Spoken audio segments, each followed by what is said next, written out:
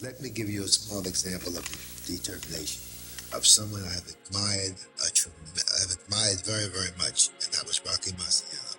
You see, Rocky Marciano was very clumsy. He had 2 left feet, and he couldn't fight.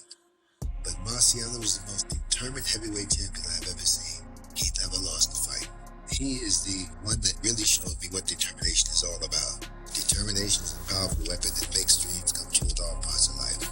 I saw Rocky in some of the stages that he was quite awkward, and I saw him fight some awkward fights, but I knew that he had something you can't buy. You must have it given to you from nature. Punching power, natural punching power. You can't buy it. I knew Rocky very well. He was something. Yeah, wasn't that big, you know? No, he wasn't. But short. Once the bell would ring, you thought he was a giant. Never took a step back. No. I still give William to Joe Louis. He was the greatest fighter that ever put on a pair of boxing gloves, along with Jack Johnson and Rocky Marciano. George Foreman is today's best. If you could pick any heavyweight champion in history, who do you think would have given you the toughest fight of them? The toughest fight would be the man who's the hardest to knock out, whether he's got a style. And a fellow who had no style, just a bull, was Rocky Marciano. Marciano was the best slugger, I would say street fighter. Marciano just kept coming. He hurt your arms. He could take everything. He would be the most trouble, I think. In my opinion, that Rocky Marciano was a technical fighter. He wasn't. I can compare him to a street fighter with a huge heart, and he never lost. My style was kind of a cross between Floyd Patterson and Rocky Marciano. If you put those two people together, I think you would have me.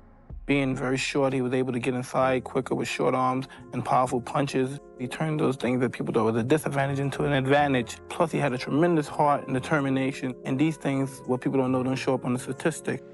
Eddie Charles is a former heavyweight champion. He knows what it's like to be in there with the best of them. And he rises to meet the rampaging Rocky Marciano.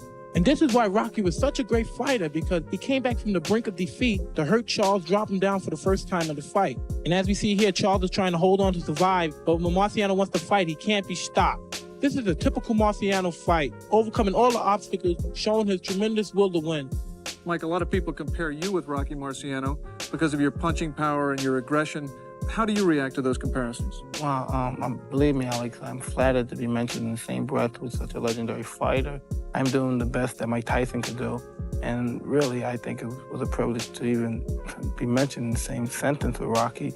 Rocky Marciano was never hit as solidly as people thought. Very seldom. By employing the methods that he used, the so-called awkwardness, the lack of smoothness, and so forth. He used this intelligently. It was used as a weapon by Rocky, because of the fact that it lessened the opinion of the smart fighter in coping with him. The opponent would always think that this fella is not a good fight. He doesn't know how to fight. And his performance unconsciously would sometimes fall to that level. So I want to ask you a question. What do you think would have happened if I fought Rocky Marciano? In my opinion, Rocky Marciano would have given you the toughest fight of all these other opponents, even though he may not be skillful. So Marciano gave me the toughest fight of every. That's right. For one reason, while he had the aggressiveness, and I think far more aggressive than Jack Dempsey, and the determination and so forth, the only difference between him and Dempsey, he was able to sustain his aggressiveness, his aggression, constantly throughout the whole fight and never stop punching. In the second round, I knocked Rocky down, and Rocky got up, and the war began. And I enjoyed the fight. Really, I'm a guy that enjoyed competition, and I enjoyed the fight because Rocky was such a great competitor, and he overwhelmed me because he was much stronger than I was. Marciano's style, he was always a guy that was offensive-minded, he was busy, but in his fight, he was much busier. And it wasn't by accident, and that's one of the things that I talk about, the intellect, that he was smart enough to make adjustments when he had to. He stepped up his pace because he knew that Archie Moore was a great defensive fighter, so he figured if he pitched a lot of punches at him, he'd keep him playing defense. And if he was playing defense, he couldn't hurt him. He couldn't do anything back to him. There's some nerves that go along the elbow or from the elbow down to the wrist, and they start taking a pounding. And that's what happened to him. He told me honestly. He said, this man, he hit you on the arms and hurt my arms so bad. That's the power of Marciano. He came around with some awful bone-cutting jokes. He was just a hard hitter. Slam bam, didn't give a damn.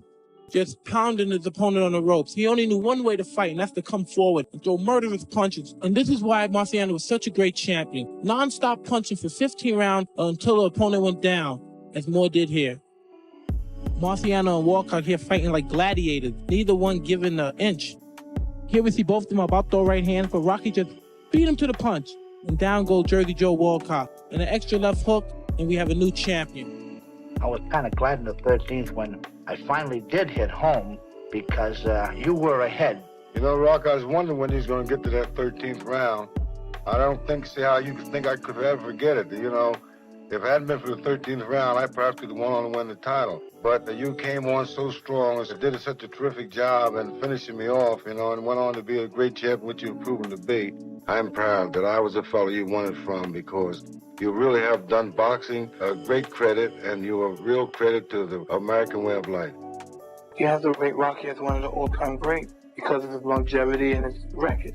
You know, from Lawrence, you saw him on the brink of destruction, and that's what makes a great champion, when they're on the brink of destruction and they come back. Rocky fought the guys they put in front of him. That's what any fighter could do. You fight the guys they put in front of you. And everyone they put in front of him, he knocked out, he destroyed. Rocky, I certainly think he proved his point against any of the opposition they put in front of him. Rocky, you said he had quite an influence on your life. Yes, he did. I noticed something about Rocky right from the beginning. You'd ask him a question about someone. If he didn't have something good to say about him, he'd pass the question, because all he could do is speak good of everyone. Do you try and pass along some of the things you learned from him to other fighters? I sure do. Keep trying, because when I first saw Rocky Marciano in the gymnasium, he no more looked like a fighter than my wife. And the guy made a great fighter, became undefeated heavyweight champion of the world, which is a tremendous boost to every fighter. I lost a great friend and certainly a great man to boxing. He was a great champion. In fact, I just saw him just a few weeks ago in Las Vegas. He come out to receive the greatest fighter of the century award, and he was the greatest fighter of the century. I think he was the greatest champion.